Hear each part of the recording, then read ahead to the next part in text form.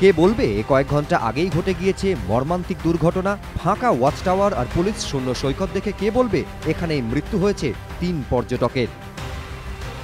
Mandarmani C বিচে গাড়ি চলাচলের ক্ষেত্রে রয়েছে নিষেধাজ্ঞা, কিন্তু সেই নিষেধাজ্ঞা তোয়াক্কা না করে দিনের পর দিন এই সি বিচে গাড়ি চলার ফলে বাড়ছে দুর্ঘটনা। সৈকত নগরী জুড়েই যেন নিয়ম নাস্তিক। ব্যাঙের ছাতার মতো গজিয়ে ওঠা হোটেল, রিসর্ট থেকে তটে দাপিয়ে বেড়ানো গাড়ি, অভিযোগ ভুরি ভুরি অভিযোগ। সব দেখেও কিছুই দেখে না প্রশাসন বা পুলিশ। উল্টে ৩ পর্যটকের মর্মান্তিক মৃত্যুর পর একগুচ্ছ সাফাই খাড়া করেছে জেলা প্রশাসন। জেলাশাসক রোশনি কমলের দাবি, মন্দারমণিতে মৃত ৩ জন ছাত্রই নেশাগ্রস্ত ছিল। যে সময় গাড়ি চালানোর কথা নয় সে সময় বিচে গাড়ি চালাচ্ছিলেন।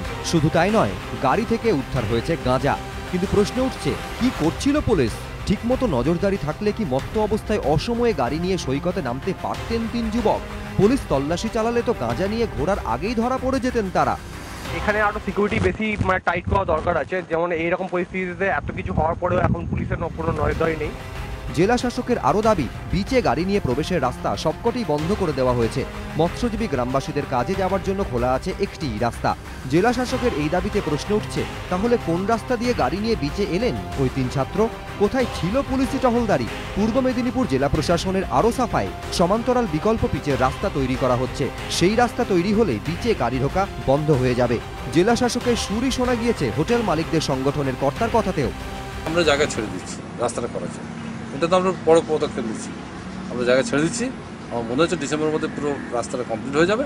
পুরো ব্রিজটাই আমরা অটোমেটিক্যালি বন্ধ করব। পূর্ব মেদিনীপুরের পুলিশ সুপার অলোক রাজৌরিয়া জানিয়েছেন, সমুদ্র সৈকতে নামার বিকল্প রাস্তা তৈরি হলে সমস্যা মিটবে। আমরা এ বিষয়ে সংশ্লিষ্ট মহলের সঙ্গে কথা বলছি। প্রশ্ন উঠছে, তাহলে কি এতগুলি প্রাণের বিনিময়ে নড়ে চড়ে বসছে প্রশাসন? আগে ব্যবস্থা নিলে কি এইসব ঘটনা এড়ানো যেত না? কেন দেরিতে ঘুম ভাঙল প্রশাসনের? শুধু তাই নয়, বেআইনি হোটেল নিয়েও অভিযোগের পাহাড় মন্দারমণিতে। অভিযোগ, সমস্ত পরিবেশ বিধি লঙ্ঘন করে একেবারে সমুদ্র তটের ওপরেই জাঁকিয়ে বসেছে বহু হোটেল। মামলা হয়েছে, কিন্তু ছবি বদলায়নি। অনেক হোটেলে ঢোকার আলাদা রাস্তাই নেই, গাড়ি নিয়ে ঢুকতে হয় বিচ দিয়েই।